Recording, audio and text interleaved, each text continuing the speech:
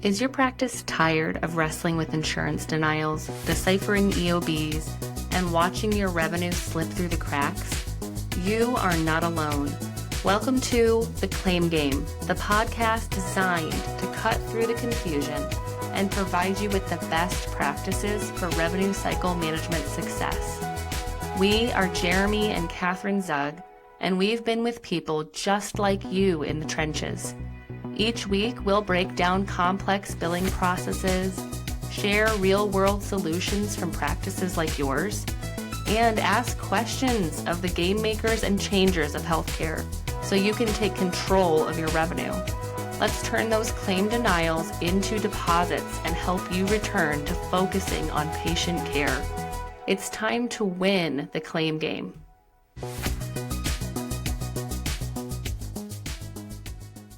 Well, thank you for being here on the podcast. Could you give us just a little background on you? How did you get involved in social work, and then why the AI social worker? So my journey into social work was really grounded in family, youth, and children's services. So a lot of my background in social work is community mental health, working in schools, in direct practice with elementary, middle school, high school. I was even a school administrator for some time. I did some work at a more national level with the U.S. Department of Education, doing some research and work on workforce development and alternative pathways for overage, undercredited youth. And at that point in my career, I was really interested in 21st century skills, looking at creativity, collaboration, communication, tech, and how these skills are really important for our youth as they're entering the workforce. And, then AI came on the scene, right, in the fall of 2022. And at that time in my career, I was a professor. I was doing consulting and training for some school districts, doing social emotional learning programming. And for me personally, using these AI tools was just transformative in helping me complete tasks, be more efficient. But because I'm a social worker and I care deeply about ethics and responsible use, I wasn't seeing a lot of social workers talk about AI in the LinkedIn space, or even my colleagues in higher education. I was seeing a lot of conversation with LinkedIn from K through 12 education, with manufacturing, business, marketing. And I was just soaking up all this information from these other folks. And I saw a real opportunity for social work, for an opportunity for me to do trainings and do a brand, the AI Social Worker, which I launched in the January 1st, 2024. No, that's amazing. Wow, you really iterated quick then on AI coming into the, the mainstream, and then AI Social Worker. Yes. Yeah. Yes, totally out there. 2024, I started trainings in the fall of 2023, just with my colleagues in higher ed, doing lunch and learns, panels for the City University of New York. And I'll never forget, I had some colleagues who were like, this ChatGPT, the responses aren't good. This is going to be a waste of time. And I was like, I really don't think so. I think this is really going to be game changing. Of course, I was worried. I was nervous. This is still relatively new. Social work tends to be a lot more skeptical, caring about ethics. This is wrong. I was in spaces being like, it's wrong to use AI. You shouldn't use it. And I was like, I really don't think this is the mindset that we should have as social workers. I think we should really be open and pivot and be adaptive, care about ethics, humanity, responsible use, risk management, bias. These are all things that we should care about, and our voice is just even more important to this conversation. No, I think that makes a lot of sense. And social workers also, they care very deeply about human connection, right? And I think the conversation has been, is AI replacing human connection? And there's also this very concerning trend of the AI therapist, right? Where your brand, the AI social worker, could be misconstrued that way. And I know it's not. It's you teaching people. Yeah. And the thing I didn't have on my bingo card was, who's that guy that does the inspirational talks? Tony Robbins making an AI therapist. So can you talk a little bit about your thoughts and feelings on AI replacing human connection or enhancing it, and then this trend of the AI therapist? Yeah. So a very important part of this conversation around how AI is showing up in the mental health space. So you're absolutely right. There's a number of professionals and professional organizations, even legally, right? There's a number of states who are pushing for legislation that these AI chatbot companies can't claim to do therapy. I think, and this is where the human-centered practice is so important, and the training that goes into therapy, the connection, the relationship, the nuance, the nonverbal language cues. It's really that power of that human relationship that people have in therapy is what really promotes the most growth. And that really can't truly be replicated by a chatbot.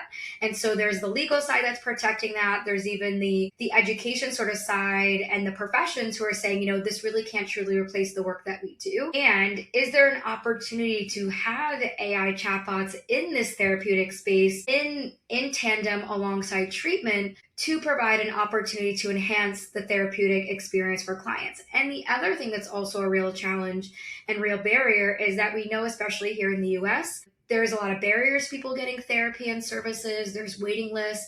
People may not be able to afford it. So I'm not surprised that the research is showing that people are overwhelmingly turning to AI chatbots like ChatGPT for advice, for therapy, for support, and they're even finding it's even helpful for them as well too. I just don't think these should be replacing the therapeutic experience that you have with the therapist, but I do think there's an opportunity working side by side in therapy with a clinician that could be really helpful, practice social skills, practice coping skills, being able to self-reflect, deepen your sort of self-awareness, right? There's prompt journals that you can look up on these AI tools. And there's even a special whole classification of chatbots that are even being designed for the therapeutic space. So there's one I'm thinking of, which is WISA. This is a company developed by a psychologist with peer-reviewed articles that are demonstrating the training, even showing some effectiveness of reducing anxiety, reducing depression in some of its trials, free and accessible, and it's being used in over 100 countries around the globe. And then there's other AI companies and models like Alongside. This is a company that partners with school districts. School districts can purchase Alongside for their middle schools and high schools to have access to a mental health wellness app that is designed and trained for youth, that has social emotional learning. It's tested, it has evidence-based. Youth can't talk to it hours on end. It kind of times you out after 16 chats. It has goal setting, journaling. And what's also really unique about the model too is because if a youth says, I'm in crisis, I'm suicidal, or I want to hurt somebody, or I'm being hurt at home, the Alongside company will alert the school-based team to do a crisis wraparound support. So it's this really interesting model of thinking about human-centered care, knowing that, AI, there is some opportunity to support and work alongside schools or clinics or even within the therapeutic space, but it needs to be done with evidence-based research, quality training of these AI tools, quality designers, participatory design, that you actually have people in the community giving feedback, trying this. Like Alongside actually hires teenagers every summer to give feedback and work with their company and their app. So there's some really interesting folks in the space. So I really see there's both opportunity and real concern as well too of AI in the mental health space. It seems like a ton of work, right, to implement, especially in the human services world, to implement AI, right? Like I could see how with marketing or even law, right? Yeah. Where it's language based and you could just implement it really quickly. But what you're saying is you need to be really forensic and academic if you're going to take a thing and roll that into whatever the mission of the organization is doing. Yeah. And, and that's why I'm really passionate about doing these trainings with human service organizations, with not-for-profits, with social workers. And I think there's a real need for training for staff because we are working with humans, because we're often working with the most vulnerable populations.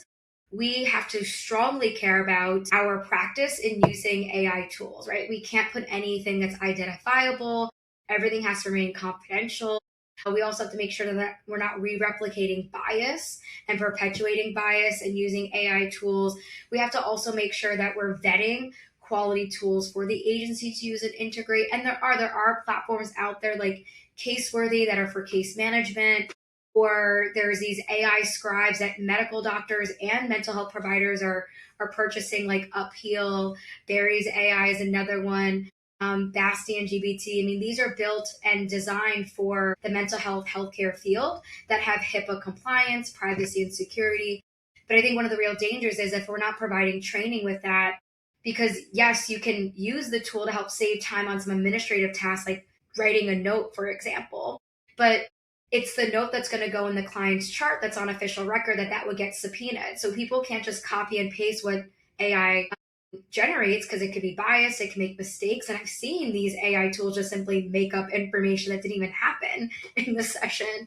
So it's really important that there's this oversight of the human, because this leaves not-for-profits and human service agencies with real liability concerns if people aren't using it ethically and responsibly. Yeah, when you're dealing with a regulated industry like this in healthcare, it requires a level of touch that's maybe a little higher than like a dog equipment manufacturer, right? I mean, you need something that's a little bit higher touch for sure. Yes. How do you do the administrative touch without losing like the human piece? Like notes is really popular right now, right? You have like Upheal, you have Quill Therapy Solutions, you have all of these like tools that are out there, and they all have very strong opinions about how to use this technology for administrative stuff. But what are your like top 3 or 4 takeaways for like integrating the tool and not losing your clinical voice and the human element? Yeah, so it really starts with you, the human. And I think the framework that I emphasize in my trainings is known as the co-star method,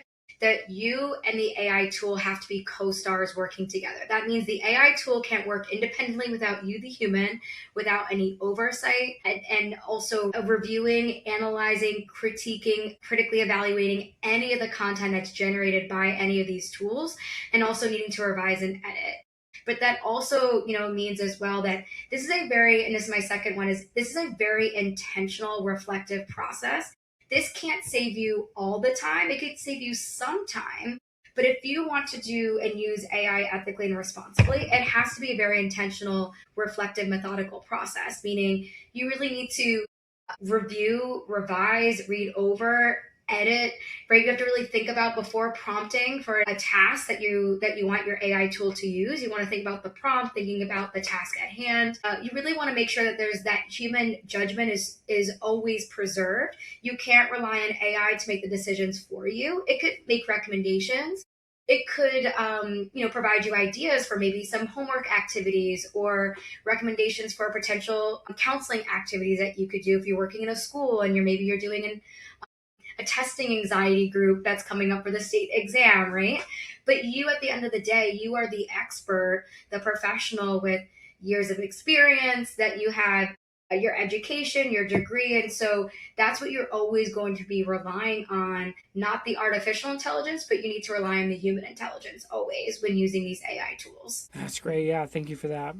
One thing that you've touched on and you've even mentioned is AI came on the scene and you immediately went to, I can do more with it, right? Which I think most people are using chat as like the next Google search. But can you talk a little bit about and you just said something there too about like it can save some of the time, but not all of the time.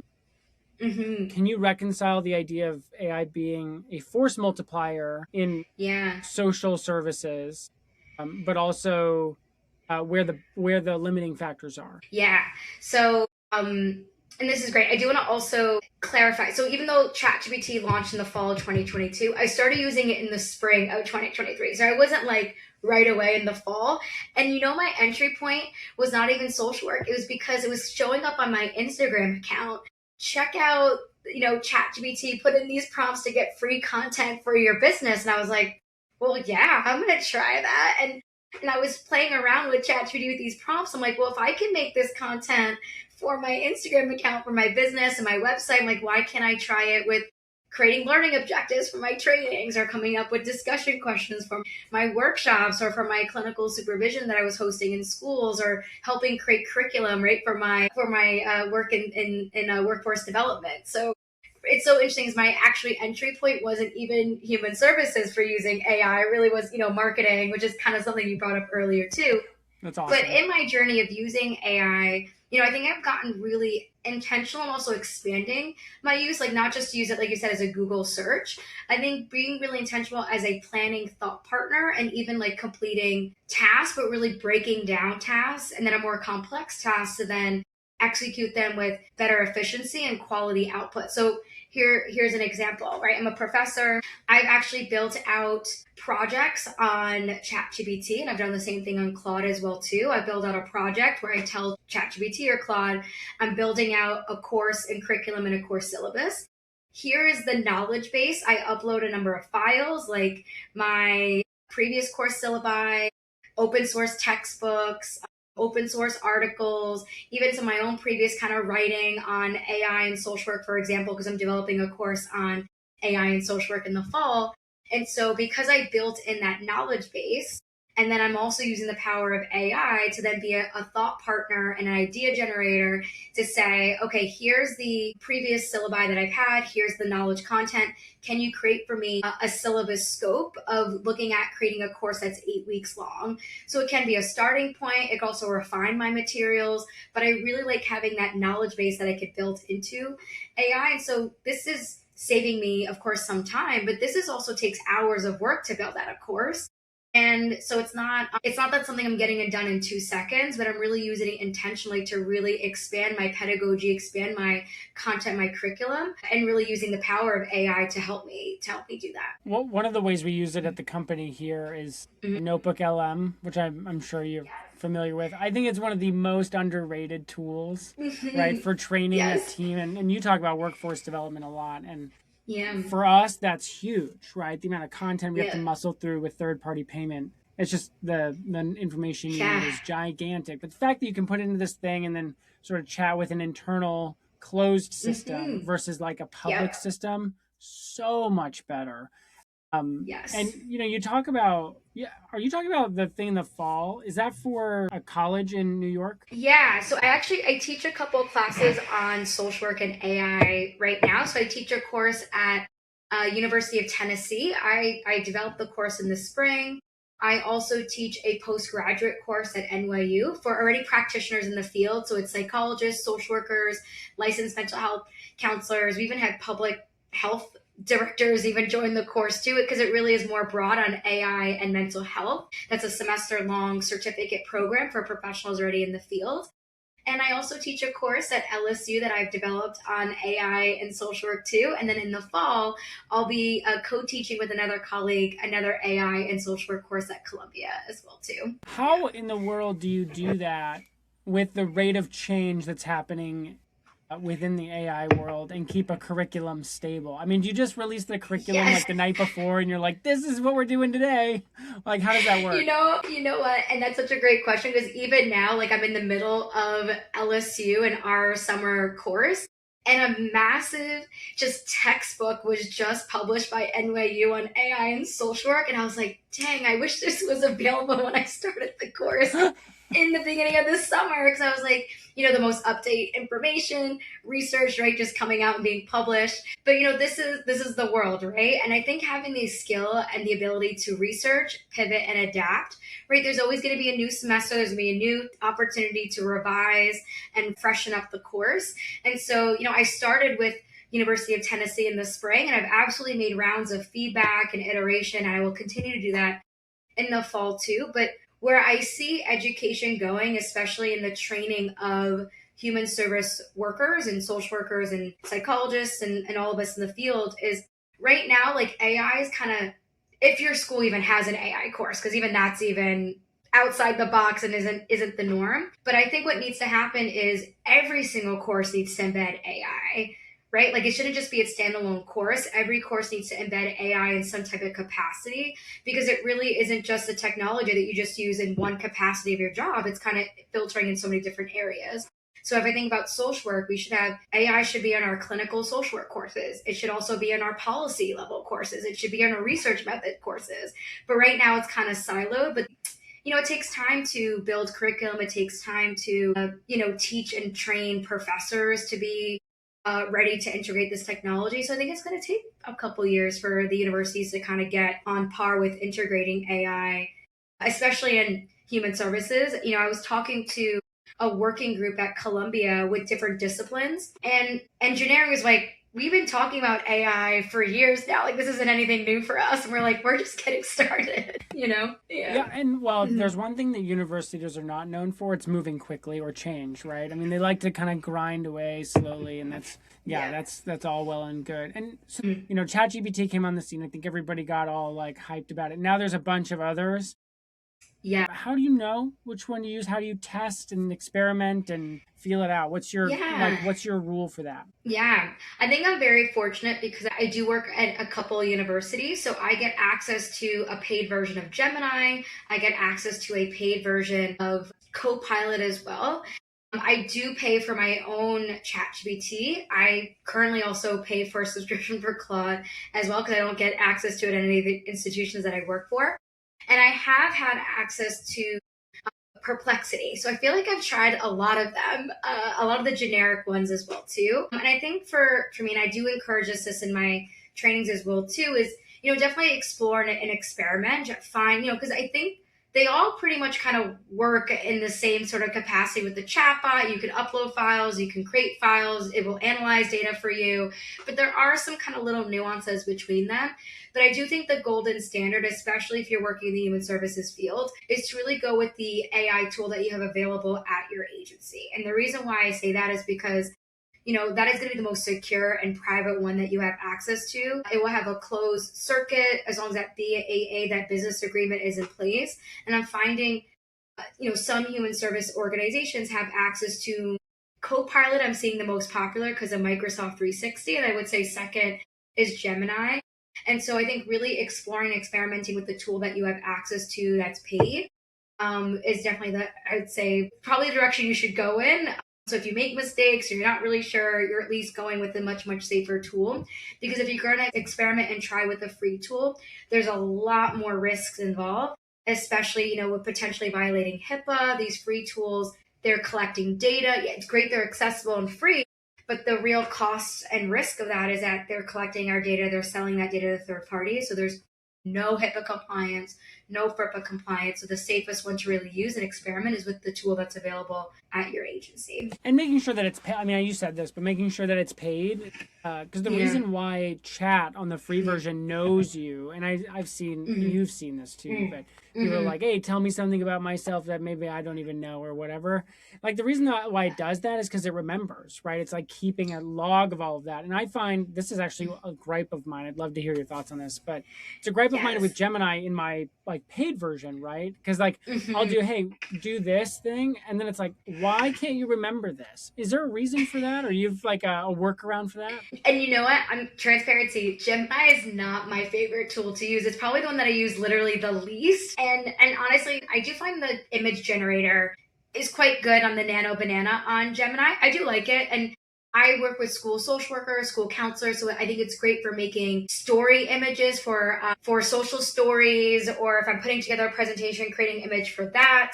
I do like the image generator. I find that it's great for analyzing videos, and because I make material and content, sometimes I like to pull from some YouTube videos for an activity. I really like how it analyzes YouTube videos. But honestly, it's really not my go-to tool. And I really lean more heavily into ChatGPT. It's one of the longest ones that I've used. And I feel like it's trained on my own writing, right style. It knows me the best out of all the tools that I've used. And I built a lot more projects into it. And I also like using Claude, especially to like beautify my slides or make materials. I really like the output that Claude provides. And beautifying. And I also really like using Perplexity for research and finding articles, finding websites, finding information. It really is kind of like my offhand to, if I'm writing an article like for publication, I'll definitely go to the databases in the universities, but if I need something offhand pretty quickly, I definitely have to turn to Perplexity for that reason. So I'm with you on the gripe with Gemini. It's not my favorite. Like, what's going on here? But so you have like almost like a carousel of tools, like depending on the thing that you need. So how did you figure that out, and how do you apply that, or how do you encourage other people to apply that same sort of carousel thinking? Kind of system? And again, I think for me, it was certainly trial and error in the beginning, and also just reading from other people. Right? I think LinkedIn has been such a great space, and I also belong to a Google group of over like 3,000 higher education professors across the globe. And the amount of sheer just knowledge sharing amongst this learning community has been unbelievable. That's how I learned about Notebook LM. That's how I learned about some of these integrations or what people are using in their classroom and different assessment scales. And I think being in learning community with others has certainly shaped how I approach tools and of course my own experimentation and learning. And so now I know when I'm kind of looking to do or looking to complete a specific task, I kind of know now based on experience which one I kind of lean more to. But if you're someone who's new, I think building learning community, talking to your colleagues, what do you use for this? What do you use for that? Joining community learning spaces. There's even I'm thinking offhand for at least the mental health field, there's a Kim Tolson. She has an AI group for clinicians that's free to join. 3,000 clinicians are on there. These are great community spaces to join and to learn more if you're someone who's really new and novice and wanting to ask questions, right? And I certainly ask questions to groups as well too in the beginning to learn more about the different tools and what things are great for. And LinkedIn, there's lots of great LinkedIn influencers also who are posting content. It's very true. Kim is first rate. I think that's she's fantastic. We'll get right back to the podcast episode, but first let me ask you a question. Who is the highest paid insurance biller in your practice? If you're the one doing your billing, the answer is you. If you're the practice owner and you're a clinician, you know the drill. You do the hard work, you deliver great services, and then there's this waiting game. There's billing after hours, on weekends, and during birthday parties, or you go to the office for a quote unquote quick visit, and then you look up at your clock and all of a sudden you've been there for 3 or 4 hours doing billing. Following up on claims is tedious and it creates a massive bottleneck for your cash flow. And that's exactly why Practice Solutions does billing for practices that take insurance. We take your practice's billing completely off your plate. Our team handles everything from eligibility and benefits to charging cards to posting payments, following up on denials. And we deal with insurance companies every single day so that you can focus on growing the practice. It's time to stop stressing over the billing and getting back to what you do best, which is running your business as best as you can. Head over to practicesol.com today to schedule your free consultation to see if our done-for-you billing services are right for you. All right, let's get back to today's episode. And people are really concerned, at least in the human services world, really concerned with the environmental impact of AI and really concerned with the dehumanization of the culture. And one of the things that I read recently or heard was AI will have a negative impact in relationships because there will no longer be the call up your dad and how do I change the tire or whatever. Mm-hmm. What's your prediction on that? Knowing that we are human, we don't know what the future holds, but what's your prediction on the dehumanization element of AI? Or do you feel like people bring something to the table that is irreplaceable, and what would that be? Yeah, you know what? Yes, for finding information and looking things up. I'm not so much worried about that as so much that the human relationship that people are developing with their AI, right? Their AI chatbots, these AI companions. I think I'm really worried about that component. So we know there's platforms like Replica, Character AI, Ava's another one. These are marketed, designed, created for people to use to develop these relationships, romantic relationships, flirtatious relationships, friendships, companionship. And I'm concerned that people are going to be replacing human connection and experiencing more isolation and loneliness because they're turning to an AI chatbot for a relationship. And I think now, I know adults are doing this, but also teens are doing this too. And they're actually growing up with this technology in real time as their brains and social emotional development is happening.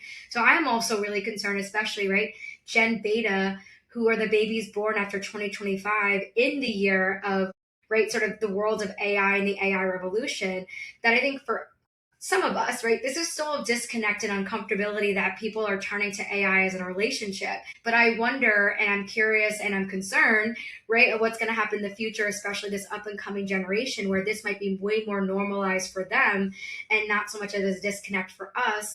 I already see my nieces and nephews talk to Alexa as if it's just a part of the family, right? They ask Alexa what's the weather, or Alexa, I want to learn more about Jupiter because or I want to learn about this. They're just asking it questions, and it's almost this kind of entity that kind of exists in the home.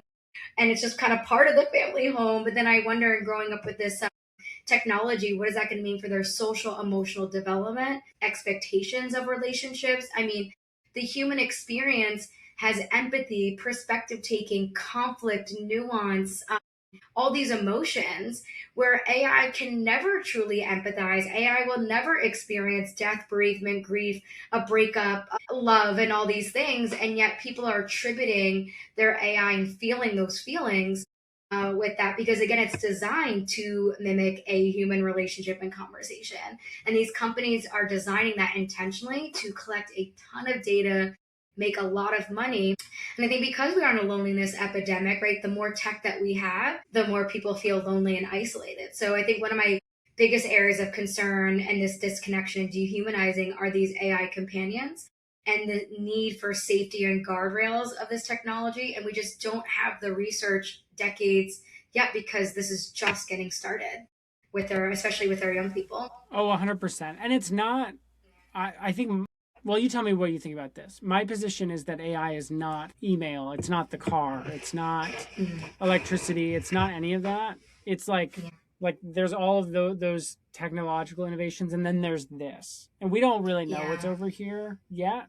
Yeah. And the book right up here, The Meaning of Your Life by Arthur Brooks, really good, because he talked about how the loneliness thing started in 2008 with the iPhone and has just continued. One of the most concerning conference like snippets that I went to recently was at a conference. There's a breakout session, and the question was posed: is AI a person or is it a computer?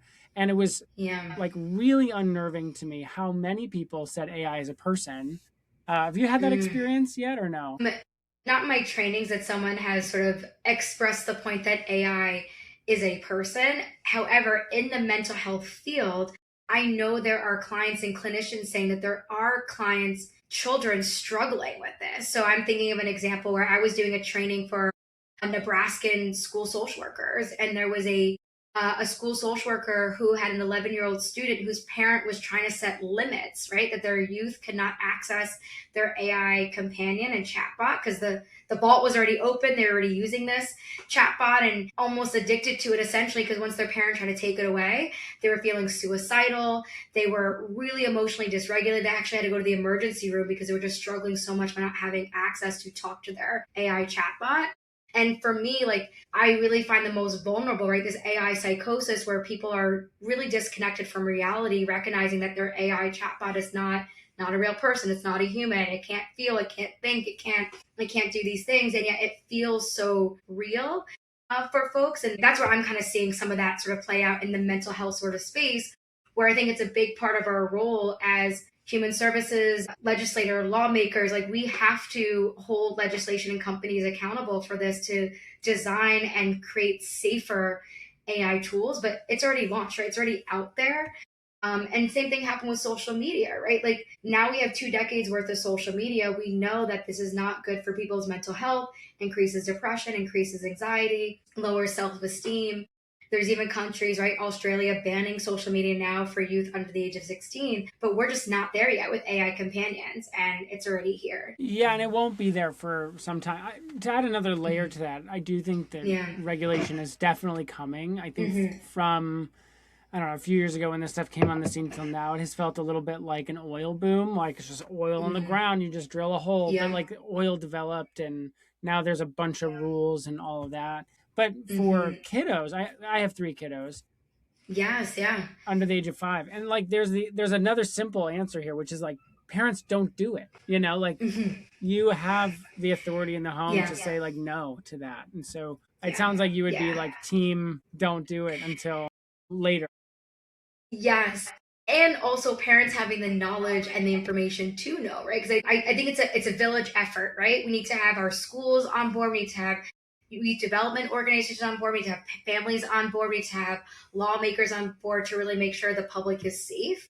And we all have responsibility in this. And I think we also have to educate parents and the public as well, too. And, we've already been talking a lot about, monitoring cell phone use, monitoring the internet use, monitoring social media. And now we think we have to add monitor and make sure your youth aren't getting access to these AI companions, and talking to them and really monitoring that if they're going to be using, say, asking a question in ChatGPT, that you're monitoring what they're doing with this technology. technology. And they're saying across the board, young children should not have any access to AI companions, AI. There's a lot of school districts who are also trying to put in policy that they're not learning about this technology, especially in these younger years. But there's that tension, right? That I know schools have to also prepare the workforce, right? And we don't know what that workforce is going to look like in 10 years. And yet we're responsible in education to prepare our youth. So where do we kind of find the balanced middle ground that we can help our youth learn with AI, not have AI do the work and think for them? And that takes critical learning skills that they have to learn AI at some point in their education.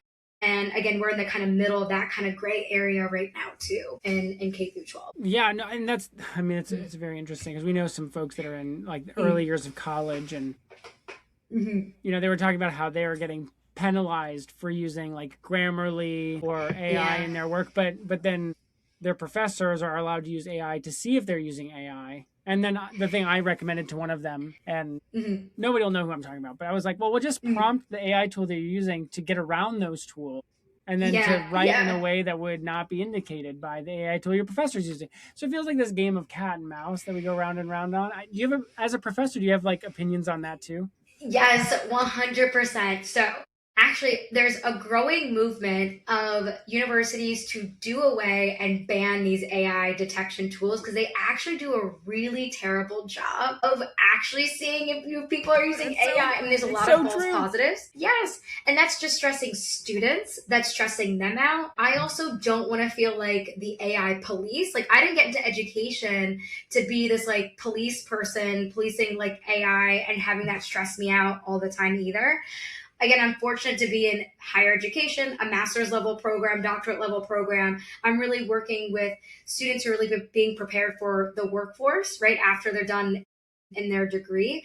So for me, I follow the framework, which is known as the AI assessment scale. So the AIS scale, which was developed in 2024 by some university professors at a university of Vietnam. And this is a scale, and a lot of universities and professors are sort of adopting this scale where it shows that there's different levels of AI use for the type of learning assignment and task. So myself as a professor, I have assignments where AI is not permitted to be used. It should be totally human thought, process, reflection, to having assignments where AI can be used as a brainstorming thought partner, to assignments where AI could be fully integrated, drafting the outlines, drafting the text, drafting the paper, but you have to, of course, review and analyze and edit, along with having transparency statements that you submit alongside your work. And for me, I feel like this really is a helpful skill to prepare my students for the real world, because in the real world in human services,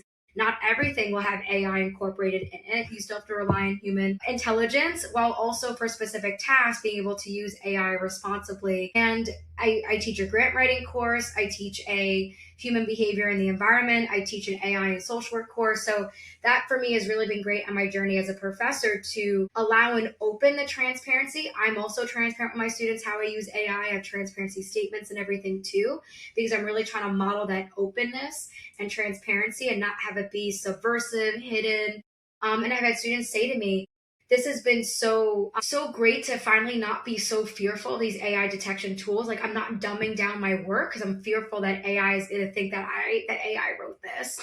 And I find it's been a much better approach in my own teaching and being really helping students really prepare for the future of the workforce. So even just now, what's happening in the workforce now with AI. Yeah, and like the workforce rewards folks that are smart, right? And that's what education is supposed to be for. And like, if you can use the tools really well and generate better, faster, cheaper, stronger, whatever you're doing, you will be rewarded for that. But you're not, I mean, I think it would be ignorant for any professor to be like, oh, they're never going to use it. Of course they're going to. Every employer on earth is going to try to use these tools and get them going. In our space, the concern is, will like insurance companies use it to reverse pay? And that, of course, is happening. And that's the dynamic conversation around the economy piece of human services is, all right, well, it's going to be used nefariously no matter what. So how are you thinking at all about how to like reduce or challenge nefarious AI use? Yeah. For me, this is where I lean heavily on governance, policy. This is where we can't just be relying on AI to be making decisions. And this capitalism piece is certainly a very, very much a concern of kind of relying on AI to make these decisions. This also could be even true with benefits, right? You could fill out an application if AI is determining whether or not you get these access, these benefits or not. That is very concerning. So we have to make sure in the policy that there's always human oversight. The decision can't be just left to AI tool to make those decisions. There's even some states who are trying to pass laws for insurance companies that they can't have AI be the final decision maker because we have to protect the public, right, from this. And so I'm not saying it's going to be a perfect, right, system. We know that there's going to be bad actors and it's already sort of happening. And that's why advocacy legislation, having people boots on the ground and companies and agencies really putting these policies and procedures in place so that these companies can't just, run this wild so that they're just in it for making profit and money. I know that's always going to create tension, and that's why we need to have that human oversight and governance piece. Yeah. And I know right now, like federally, we're not in a space where the US government is really pushing for regulation and oversight. And I think this is happening much stronger in other countries, like the European Union, for example, that they're doing a much better job with this. Yeah, that's very interesting. How are you moving? Well, let me back up for a second. Let me preface my question. The human services world, social workers, counselors, therapists are usually very perhaps tech skittish. I don't know if maybe that's the right phrase to use. Yes. How are you moving them from maybe skittish, fearful, not all the way to sycophant, but maybe AI curious? Yeah, great question. So I think for me, the one space that I feel like I've really gained traction in doing that is really through the opportunities of my trainings and conferences. So I've had such great opportunities to present nationally, different state organizations for different human service organizations.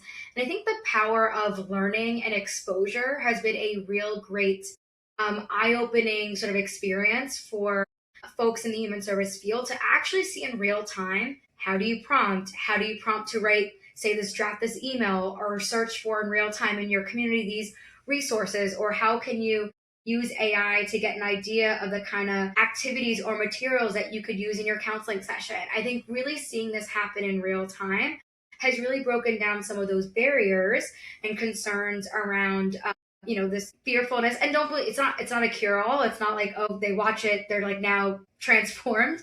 But I think this really breaks the ice of not only seeing it in real time and seeing how these tools work and the kind of outputs that they provide, and then also seeing in real time the critique of the quality that comes out, or maybe it's what it's missing or the mistakes. Like I remember I've done real trainings in real time where I'm like, okay, let's look for housing services in a town in Ohio, and people are like, that is not actually a place that we would recommend and send our clients to. And I'm like, this is where, right, the human-centered practice is really important, right? Like you are the expert no matter what. So this can make mistakes time to time, but look, we can compile all this information. We can have it make a resource document, an email. So this is how it could work alongside of you, with you.